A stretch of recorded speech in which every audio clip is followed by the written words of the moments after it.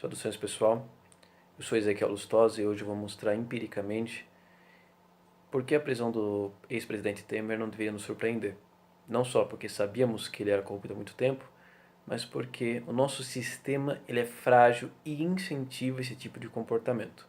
Na prática, ele incentiva os piores e pune os honestos.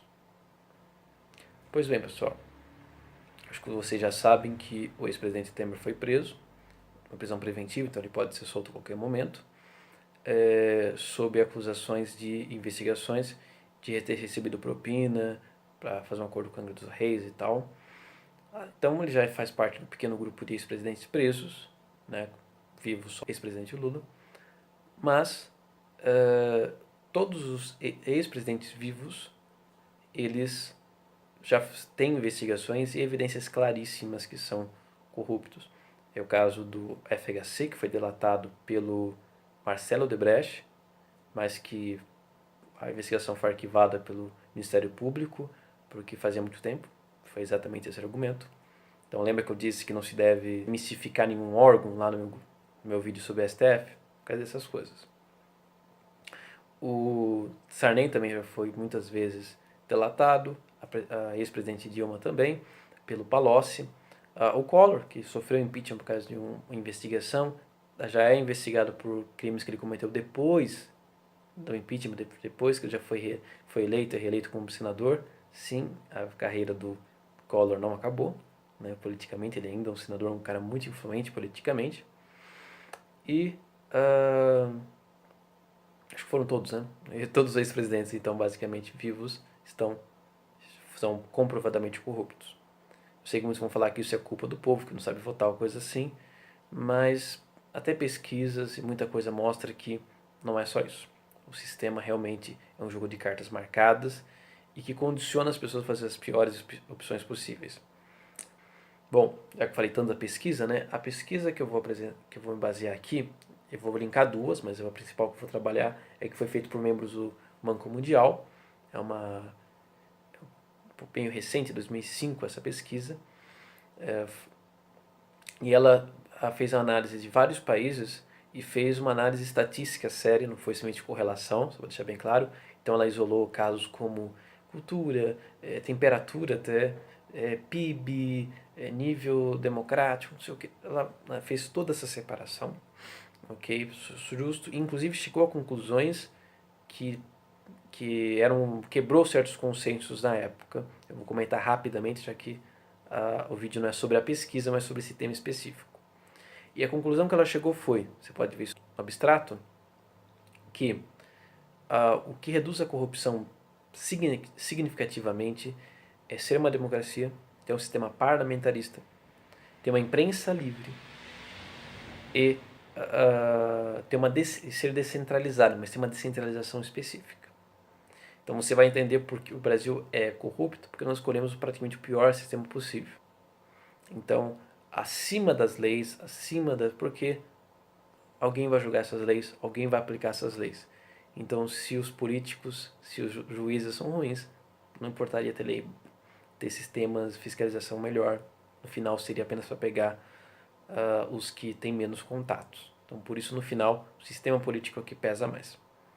Então, nesse vídeo, eu vou mostrar aqui argumentos tanto da pesquisa quanto de outros textos que eu já fiz, que eu ainda considero relevante, alguns exemplos históricos que vocês provavelmente vão pensar ou vão achar aí na internet. Vamos ver aqui alguns dados para ficar bem claro como que o presidencialismo está intimamente ligado com corrupção.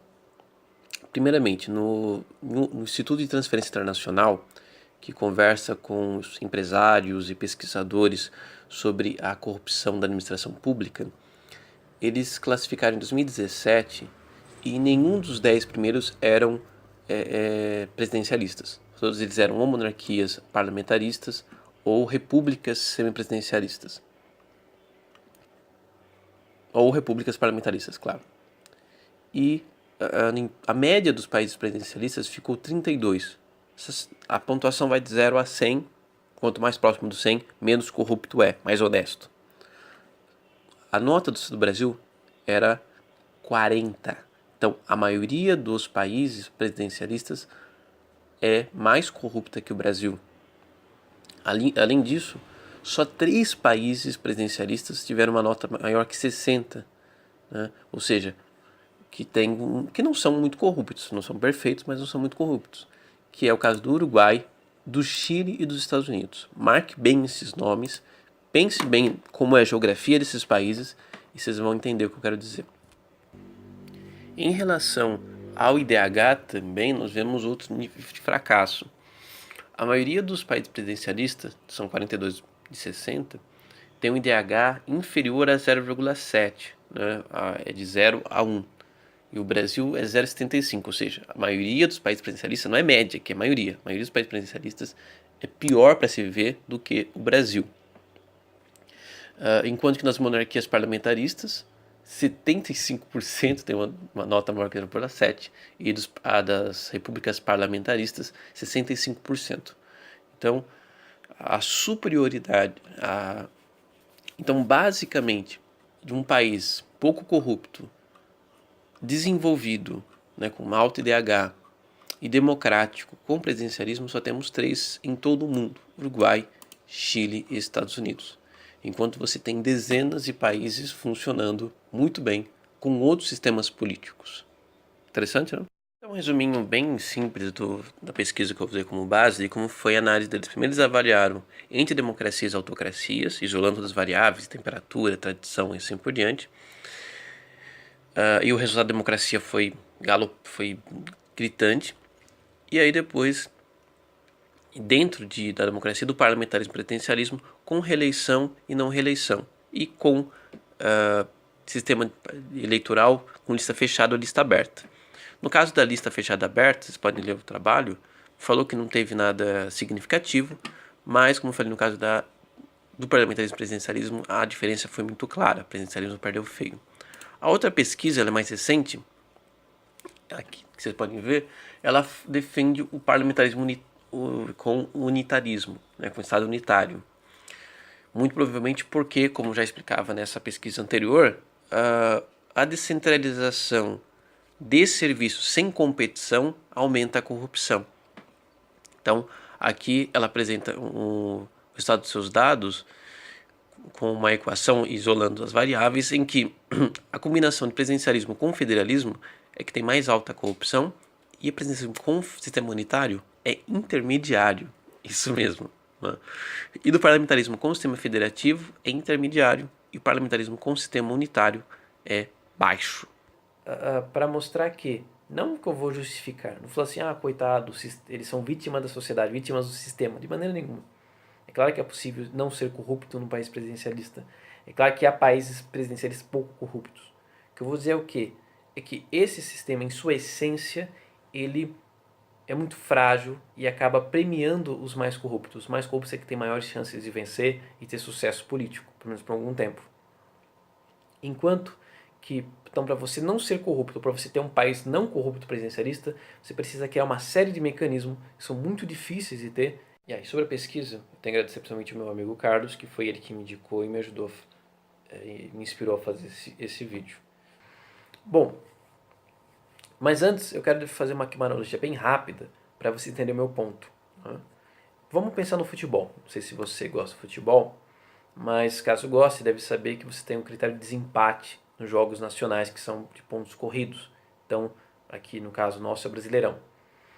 E lá na Alemanha, na Inglaterra, na Espanha, acho que na França também, tem um critério de desempate um pouquinho diferente do nosso. Lá, o primeiro critério de desempate é o saldo de gols, e depois são os gols feitos. E depois terceiro e quarto varia de país para país.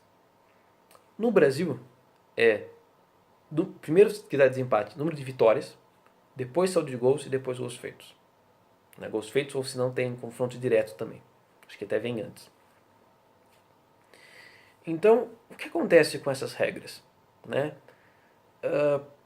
No caso, quando você coloca gols feitos como segunda opção, existe um incentivo a você ser uma equipe ofensiva. Porque até mesmo se você empatar, por exemplo, se você empatar todos os jogos e outra equipe empatar todos os jogos, mas ela empatar por 0-0, 1-1, 2-2, mas você empatar por 4-4, 5-5, 6-6, você vai ficar acima dela na tabela e pode salvar de um rebaixamento ou até ganhar um título, a vaga para Champions, enfim, no caso deles. Então existe um incentivo a ser ofensivo, fazer mais gols. Tanto que esses países têm um maior número de gols por partida. Aqui no Brasil a gente vive muito uma ressaca de gols. É muito comum você ter jogos que acabam 1-0, 2-1, né, no máximo, 0-0, 1-1. É muito comum esses placares. Por quê? Porque no nosso sistema não existe muita vantagem você fazer gols, porque isso vai ser o último critério, o terceiro, quarto. Então, tipo, até chegar nisso, dificilmente você vai ter um caso de empate desse nível. Então, como um dos critérios é vitórias, então é importante você ganhar. Ganhar não importa como. Só que para você ganhar de 3-0, você precisa gastar mais energia, você tem que colocar seus jogadores em risco de se machucar, em ser expulso, etc. Então, vale muito mais a pena você ganhar por 1-0 todos os jogos, porque você vai ter bastante pontos, né, os 3 pontos, você vai ter um bom saldo de gols, né, sempre positivo, e você tem um bom número de vitórias. E você vai descansar os jogadores. Então não existe incentivo, pelo contrário, você tem um sistema que desincentiva as equipes ofensivas.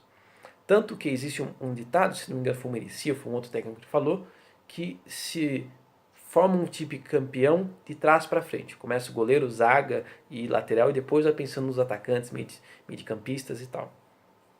Né? Então, não à toa o Brasileirão teve uma queda muito grande no número de gols de falta e até gols de bola rolando. Então nós temos dois sistemas, né, com uma pequena mudança de regrinha, que acabou criando incentivos diferentes. Um incentivo para um futebol ofensivo e um futebol defensivo. Né? Então, isso é um exemplo muito prático, muito simples, de como você pode ter regras que incentivam um comportamento ou não. Isso vale para a política também. Então, se eu tenho um sistema político que é muito fácil você praticar corrupção sem ser pego, ou vai demorar para você ser pego, em que é muito difícil você vencer uma eleição sem ser corrupto, que é em que alguém que é muito fácil você governar por corrupção, entre outras coisas, é natural que você tenha um sistema corrupto, você tenha uma população, uma elite política corrupta. E aí vem, uma eleição majoritária, ela normalmente é o sistema mais caro que existe. A eleição majoritária é né, quem tiver mais voto ganha. Eleição direta, como alguns gostam de dizer, mas não está tecnicamente correto. Então, assim, você tem que correr o estado todo, ou o país todo, no caso do presidente. Então, é muito dinheiro que você precisar, porque só para você andar de carro, ou você levar um caminhão com música, ou você fazer um comitê, você tem que ter um segurança, você precisa até achar um lugar, né, para fazer isso aqui, para fazer juntar aquelas pessoas, né? Você precisa de muito dinheiro. Se você não tiver dinheiro, você simplesmente vai ser ignorado, ninguém vai saber que você existe. É claro que você fala assim, mas hoje tem internet. Ok, ainda assim na internet você precisa gastar, né, com promovedores, etc. A internet não é barata e está ficando cada vez mais cara você se promover, também justamente porque ficou muito fácil para os movimentos anti-establishment. Mas mesmo assim, você precisa de uma boa grana, né? E um contra-argumento que você pode utilizar é, mas o Bolsonaro venceu tendo praticamente quase financiamento nenhum. Mas é que eu falei, existem as exceções, que a gente está falando aqui de uma questão sistêmica e de longo prazo. Então vai ter variações, vai ter uma ponto fora da curva. No caso, o sistema todo ficou completamente saturado, só apareceu o candidato ruim, e as pessoas votaram no único candidato fora do establishment. O que não quer dizer que vai se tornar uma regra, que muito dificilmente, mesmo e muito menos que ele vai conseguir resolver todos os problemas em 4 anos. Então, não adianta ter esse tipo de pensamento que agora é salvador da pátria, se o Bolsonaro venceu, todo mundo, qualquer um consegue. Isso é basicamente aquela questão. Imagina uma pessoa que ela tem uma tendência a engordar com muita facilidade, seja que ela tem problema hormonal, como hipotireoide, ela tem, sei lá, uma mutação que faz as enzimas delas absorver nutrientes com mais facilidade, etc. Essa pessoa tem uma grande tendência a ser obesa. Quer dizer que ela vai ser obesa? Toda pessoa que tem esses casos são obesas? Não. Algumas, por muito esforço, conseguem manter um corpo magro, né? Ou não chegou à obesidade. Mas a grande maioria acaba não sucumbindo e até estas por qualquer vacilo que tiverem, vão acabar caindo também. Ok? Então, basicamente, a gente está falando aqui de longo prazo, não de casos isolados. A campanha do Trump não foi por alguns centavos, que nem do Bolsonaro. O Bolsonaro foi um caso bem específico. Então, assim, a chance de você ser eleito sem uma grande soma de dinheiro é muito difícil. E muito dinheiro é muito fácil haver corrupção, haver propina, coisa assim. Porque é aquela coisa, você recebe 1.000, mesmo que seja funcionamento, mesmo se financiamento seja público, deixando bem claro. Você pega uma nota falsa, uma nota falsificada, faz um esquema com alguma empresa, embolsa metade, dá metade para essa empresa. E aí isso usa para algum esquema, para conversar com para fazer diálogo com traficantes, para eles se ajudar, para eles atacar candidatos adversários, assim. Então, muitas vezes esse dinheiro é usado, como já foi comprovado em vários casos, para fins mais escusos possíveis, mesmo sendo público, seja estatal. Então, aqui não é questão de financiamento privado ou estatal, é mais de que muito dinheiro é muito fácil de ser roubado. E você precisa de muito dinheiro para ser eleito. E a maior parte dos países vão criar uma legislação que vai limitar a quantidade de dinheiro que você gosta, que você precisa. Então, vai vencer aquele que usou caixa 2, aquele que usou financiamento sem declarar. Esse é um argumento mais meu, né? O site, a pesquisa não fala. A pesquisa usa um outro argumento muito interessante, que é a questão da responsabilidade. Quando você tem a questão óbvia, no sistema presidencialista, o executivo é muito poderoso. Né? Um presidente ele só vai cair, sofrer impeachment, se ele fazer um desastre. Okay? A Dilma precisou derrubar quase metade da renda média do povo brasileiro, fazer a inflação subir, quebrar todo o tripé macroeconômico. Aí ela caiu com muito esforço, ainda houve comprovação que foi comprado voto para ela, também foi comprado votos contra, vale lembrar, mas enfim, teve tudo isso para que ela caísse. Isso é só um exemplo, né? Tantos outros que não caíram. Então, o Collor, né? Também foi um outro desastre para poder cair. Né? E o Sarney, por pior que fosse, não caiu. Então a gente viu as duas coisas acontecendo. Então, o presidente ele acaba não tendo responsabilidade com o dinheiro que tem. Né? Ele acaba não sendo responsável porque ele sempre acaba dominando. Ele pode dominar ainda mais com escolha direta, no caso do STF, do Supremo ou de outros órgãos judiciários. E ele pode, mesmo não tendo escolha direta, usar o seu poder, a sua influência, para poder colocar aliados lá no judiciário, que é o que ele vai fazer muito provavelmente. Né? Até Cícero, né, o grande legislador político romano, falava que para você quiser ter sucesso na política, você precisa ter um juiz como amigo. Então você tem muito disso. Então a falta de responsabilidade e o superpoder, a proteção que o executivo tem, a sua capacidade de cooptar o judiciário, torna muito fácil dele ser corrupto. Né? Vale lembrar justamente isso. Temer e Lula foram presos porque eles são ex-presidentes. Eles ficaram um tempo fora da máquina pública. Né? Não só pelo foro privilegiado, né, que é claro também os protege, foi feito para protegê-los, mas se eles fossem presidentes, mesmo lá nos Estados Unidos, né, difícil um presidente sofrer impeachment. Acho que nunca sofreu um impeachment, houve renúncia, mas nunca impeachment propriamente dito. E aí você pode contra-argumentar e falar assim, mas espera aí, se a gente fizer um presidencialismo fraco, presidencialismo em que o prefeito, o governador, o presidente tem poderes limitados, seja mais fácil ele ser derrubado. Bom, o problema é que, em longo prazo, o presidente, o prefeito, o governador, ele vai ter mais capital político que a grande maioria dos seus outros políticos. É normal isso, que as pessoas elas têm mais valor àquele que é mais votado. Democraticamente está errado, né? Pela lei está errado, mas as pessoas pensam isso. Um deputado que recebeu 100 mil votos, na cabeça das pessoas tem menos valor que um cara que recebeu 50 milhões de votos.